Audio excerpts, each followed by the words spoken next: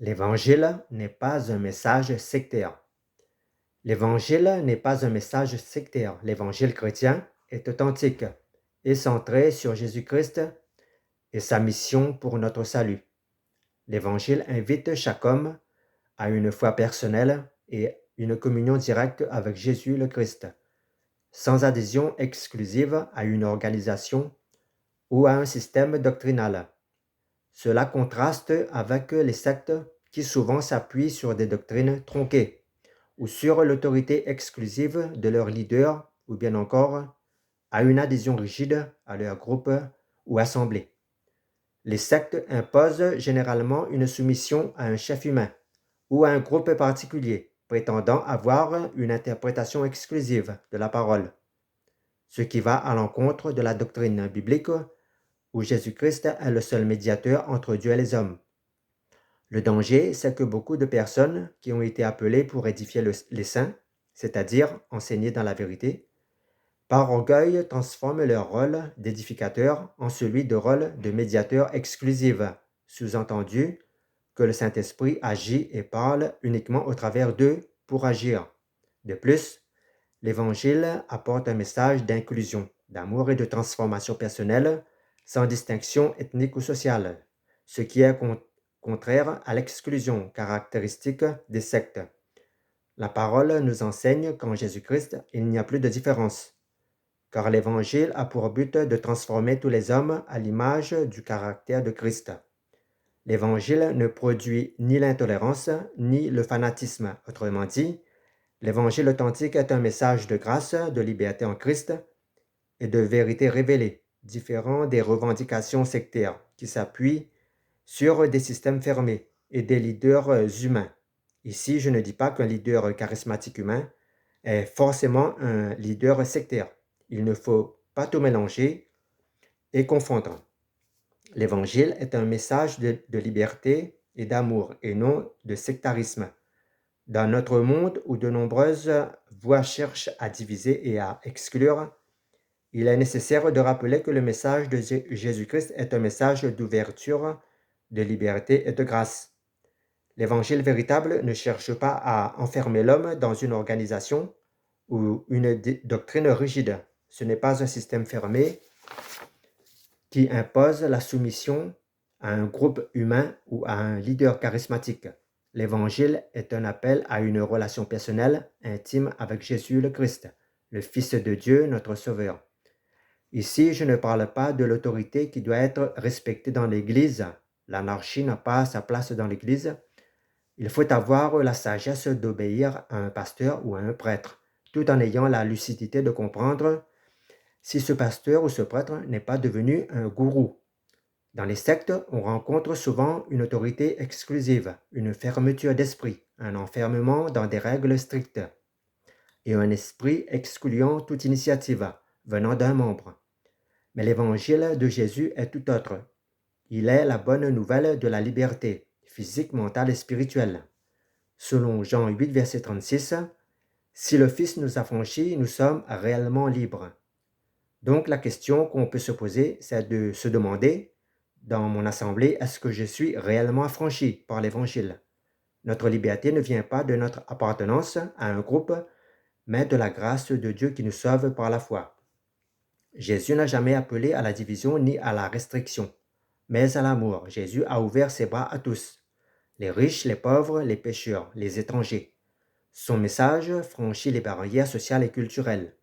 Combien il est triste de voir parfois des églises ou des groupes chrétiens tomber dans des comportements sectaires, inconsciemment, par leur attitude, en donnant l'impression qu'ils ont oublié que la base de notre foi, c'est notre liberté en Christ et non à un clan. Une vraie Église n'emprisonne pas les membres de sa famille. En suivant Jésus, nous sommes appelés à être un peuple libre, un peuple d'amour, accueillant, non l'idolâtrie, mais la différence. Notre seul chef, c'est Christ. Notre seule loi, c'est son amour en nous. Et notre seule identité, c'est aussi Christ en nous. Quand je dis que Christ est notre chef, je ne dis pas qu'il faut désobéir ou manquer de respect au pasteur ou au prêtre, mais on doit rester vigilant envers les personnes qui reçoivent notre obéissance et observer si ces personnes utilisent notre obéissance pour nous affranchir ou bien pour nous asservir, nous aliéner au nom de l'Évangile. L'Évangile n'est pas une secte, mais une bonne nouvelle qui donne la vie, qui rassemble et libère. Nous les chrétiens, nous devons vivre cette liberté et cet amour pour que le monde voie que l'Évangile est un message qui vient vraiment de Dieu, pour la paix et la rédemption des hommes. L'Évangile est un message vivant et non une prison. Beaucoup confondent parfois le vrai message de Jésus avec des systèmes humains enfermés dans des règles strictes, voire dangereuses. Lorsqu'un leader essaie d'avoir un contrôle strict sur ses membres ou se donne le droit d'avoir l'exclusivité pour comprendre une doctrine, en rendant ses membres dépendants de lui pour agir ou pour s'exprimer sur tel ou tel sujet, où les membres sont fermés aux autres et aux autres idées. Lorsque la peur, l'endoctrinement et la division maintiennent une assemblée sous leur emprise, il faut fuir, car l'Évangile, dans une église, ne produit pas ce genre de fruits. Premièrement, dans un message sectaire, l'individu est souvent privé de sa liberté essentielle d'interpréter, de choisir, d'aimer librement. On impose une vérité figée, un chemin étroit qu'il faut suivre rigoureusement et qui n'a rien à voir avec la porte étroite dont nous parle la parole, sous peine d'être exclu. Ce mode de fonctionnement est contraire au message de l'Évangile que Dieu veut pour chacun de nous. Deuxièmement, l'Évangile édifie et n'asservit pas. Dans Jean 8, 32 et Jean 8, 36, nous enseigne que l'Évangile affranchit, mais cette liberté n'est pas non plus une licence pour faire ce que l'on veut, mais la liberté d'être délivré du péché, de la peur et de l'esclavage spirituel.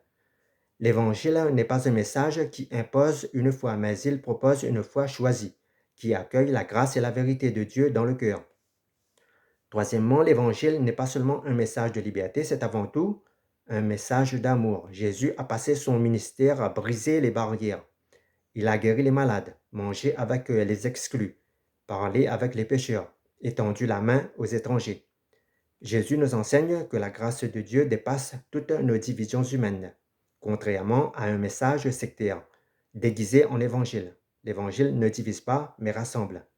L'évangile invite chaque personne, sans exception, à venir à la source de la vie. Il rejette toutes les formes d'exclusion fondées sur l'appartenance sociale ou ethnique ou morale. Dans une secte, quatrièmement, l'autorité ultime repose sur une personne ou un groupe de personnes qui transforment un message ou une doctrine divine en une doctrine purement humaine, alors que selon 1 Timothée 2,5, l'autorité suprême dans l'Évangile, c'est Christ seul. Autrement dit, édifier les saints ne signifie pas que la personne qui a été appelée pour édifier et enseigner prend la place de Christ et devient à son tour le médiateur entre Dieu et les hommes. L'Évangile appelle à grandir, à discerner et non à stagner. Cinquièmement, en tant que chrétiens, nous devons veiller à ne pas tomber dans des comportements sectaires par rapport à nos jugements exclusifs, à notre fermeture d'esprit ou à rechercher du pouvoir pour avoir de l'emprise sur les autres. Nous sommes appelés par l'Évangile à être des témoins de Christ qui libèrent et unissent, et non des témoins qui divisent et sont nuisibles. L'Évangile donc est un message qui a pour vocation de libérer les hommes de ces chaînes et réconcilier l'humanité divisée par l'erreur et par l'ignorance d'avec Dieu, dans la foi et l'amour. Dans notre vie quotidienne, marchons avec Dieu en choisissant la liberté en Christ, par la puissance du message de vérité qu'est l'Évangile de Christ. On n'impose pas la foi à quelqu'un, on lui propose. Ceux qui ont été appelés pour édifier les saints l'ont été pour édifier, enseigner, et non pour penser, réfléchir ou croire à la place des saints.